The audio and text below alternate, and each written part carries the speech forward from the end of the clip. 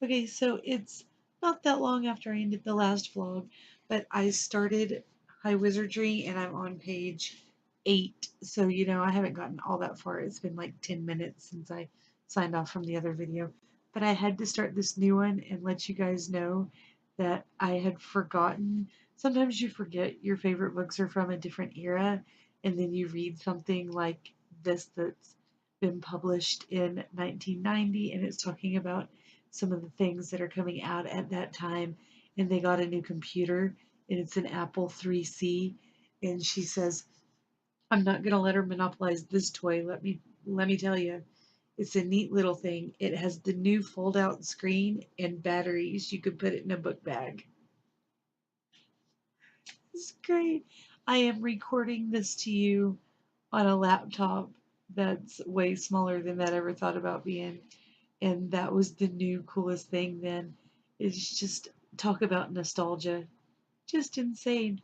I love it and I love being able to remember things like that, especially if you get students or kids reading these books, checking them out of the library or you discuss them in class or whatever, and then you can talk about how that was like the newest, coolest thing, and you can watch old video clips and show them how things have evolved since then. That's just so cool. It's just so fun to remember anyway. But anywho, I'm gonna go read some more. I'll talk to you guys in a little bit.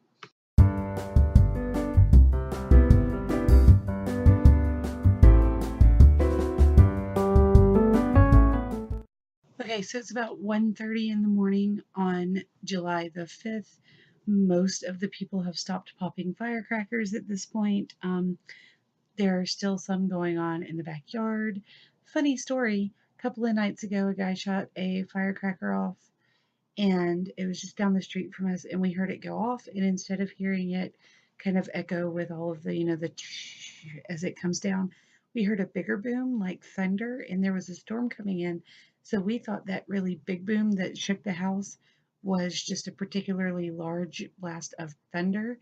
In reality, the dude shot off one of his big firecrackers, and when it got up into the clouds, instead of popping like it was supposed to, a bolt of lightning was attracted to it and hit it and caused the reaction to be bigger, which caused the air displacement to make bigger thunder.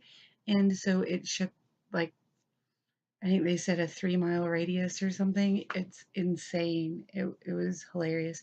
That guy was in the backyard going, ain't no storms coming in yet. We're fine. We're going to shoot off some more fireworks. I mean, I'm walking out the door and there's cloud to ground lightning 3 blocks away. And he's like, we're going to shoot some more off. Shit, let's keep going. That's what he gets. Anyway, now that I have made fun of the people in my town, let's go back to the books, shall we? So last night I told you guys I had gotten to about page 8, I am now on page, straight up 100. I love it when the chapters line up so nicely. I'm remembering bits and pieces, and there are a lot of things that I had completely forgotten, so it's a lot of fun to reread this one. Just great fun. Derry has figured out how to do a lot of things that she shouldn't be able to do because she has a computer handbook instead of just a normal book handbook. And so the computer is helping her boost her power and learn like crazy top level wizardry really, really quickly, like in her first hour. So it's just fun. They're getting ready to chase her across the universe and other galaxies and all sorts of things. And there are 337 pages in this one. So I'm a little bit less than a third of the way through it. I'm really excited about it. But I'm also going to start reading this. I haven't started it yet, but it's called Wish in the Bottle. And it's just a very short, kind of young middle grade. There's 130 pages in it. And it's about these three go to the lake and they find a fairy. And that's all I know about it. So I'm kind of excited to get started with this one as well. And then Soulless, I'm on still on chapter 3. I didn't read any of Soulless last night. That's because I was reading or listening to the Escape from Mr. Limoncello's Library. I'm on chapter 18 with that one now, although I'm not sure how far along in the book that really is. I'm about a chapter into the main conflict where they have gone from what they thought they were doing and everything's twisted. And so now the lock in has gone from being over to being them playing this huge 3D version of a board game in Mr. Limoncello's library. And it's so fun, just hilarious. I'm honestly, right now, this is a like 10 out of 5-star middle grade read for me. There are a couple of things that are slightly troublesome, but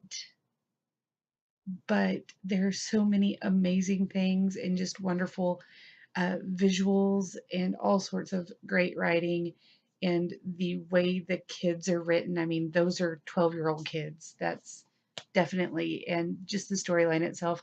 This book is amazing, and I'm honestly at the point when you're so excited about a book that you can't wait for it to finish so you can read the next book, but you don't want it to finish because you love the story so much. That kind of thing, that's happening right now, and I wish I had more time where I would have been able to listen to it today.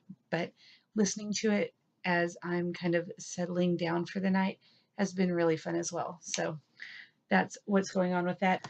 Okay, I have two more books that are not S'mores and Mayhem Readathon related, and they are The Night Circus by Erin Morgenstern. I'm on page 408.